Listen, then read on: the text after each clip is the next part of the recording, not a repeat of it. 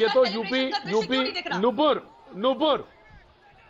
UP के प्रशासन की भी ये गलती है, चूक हुई है कि अगर आप मतगणना के केंद्र के बाहर हजारों की संख्या में लोग पहुंच गए, ये भी गलती है और इसको भी कहना चाहिए, बराबर से कहना चाहिए। अब हटाने के निर्देश दिए गए। प्रतीक जी, मैं इसके बारे में भी कहूंगी, शुरुआत में भी कहा, इसीलिए प्रशासन लाठीचार्ज करवा रहा है कि क्राउड 1 मिनट लगता है, सिर्फ 1 मिनट चाहिए, सिर्फ 1 मिनट चाहिए कोरोना के वायरस या इन्फेक्शन को स्प्रेड होने के लिए। Only 1 minute you needed, only 1 minute. और हजारों की संख्या में पंचायत मतगणना केंद्र के बाहर लोग इकट्ठा थे।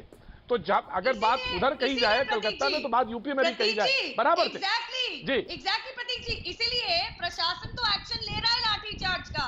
जगह जगह मेरे पास वीडियोस आ रहे हैं, यहाँ पे लाठीचार्ज करवाएंगे क्या? ये तो ये कह रहे हैं कि चुनाव आयोग चाहता नहीं कि टीएमसी सेलिब्रेट करे, इसलिए उन्होंने ऑर्डर दे दिया।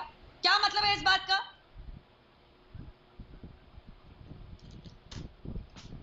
बिल्कुल, वानखेड़े साहब कुछ कहना चाह रहे हैं बहुत देर से। मैं आ रहा हूं, तौसीफ के पास आ रहा हूं जी। वानखेड़े साहब कुछ कहना चाह रहे थे।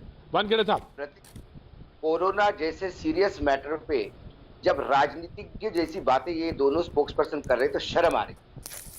पहले इलेक्शन कमीशन ने क्या किया, पहले रैलीज में क्या किया, उसकी लाठी पीटते बैठेंगे कि अभी वर्तमान में जो हो रहा है, आज जो हो रहा है उसको रोके।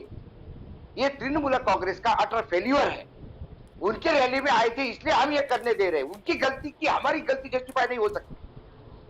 जो गलती यार, जब चीफ मिनिस्टर बनेगी तो सबसे ज्यादा मुश्किल उन्हीं को आने वाली है।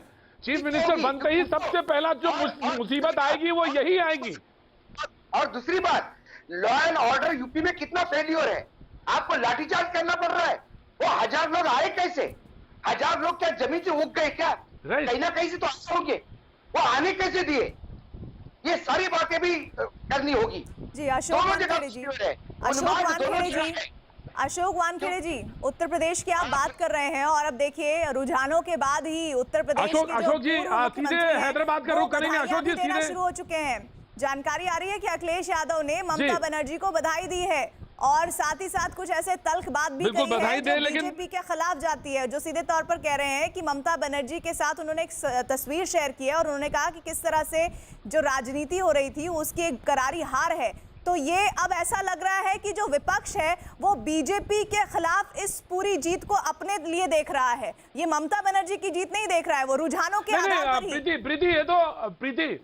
प्रीति, ये तो बिल्कुल आगे है और आगे के जो चुनाव यूपी का इलेक्शन है वहां तक लकीरें खींची जाएंगी और आगे तक की चीजें हैं जी। ये तस्वीर है और वानखेड़े साहब भी मौजूद है, उससे हम चर्चा करेंगे कि इन चुनाव का, क्योंकि अभी बहुत लंबी चर्चा होनी है।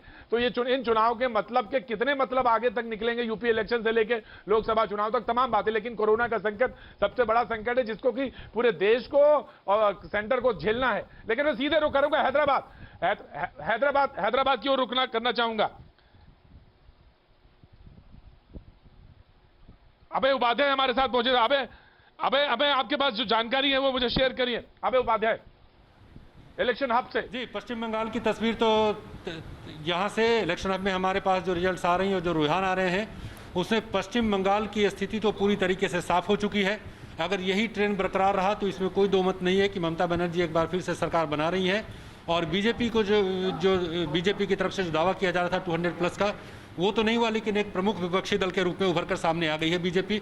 लेफ्ट और कांग्रेस का पत्ता साफ हो चुका है।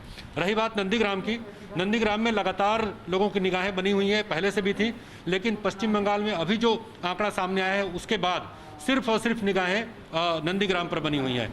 नंदीग्राम में लगातार शुभेंदु अधिकारी की बढ़त बनी हुई है और वो अभी हम उसी जगह पर आते हैं जहां पर कि अभी ताज़ा अपडेट्स आ रहे हैं राहुल के पास। राहुल बताएंगे अभी क्या वहाँ स्थिति है और कितने राउंड की काउंटिंग हो चुकी है।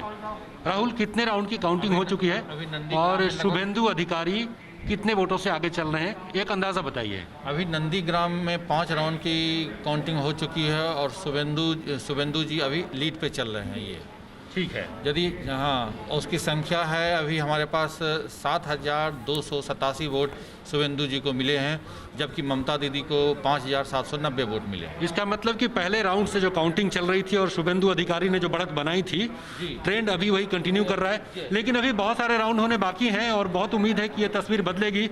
लेकिन फिलहाल पश्चिम बंगाल के अपडेट में यही कुछ, पूरी तस्वीर साफ हो चुकी है जिसमें टीएमसी आगे है, लेकिन नंदीग्राम का सस्पेंस बना हुआ है। जी, और नंदीग्राम का सस्पेंस अगर बना रहता है अंत तक तो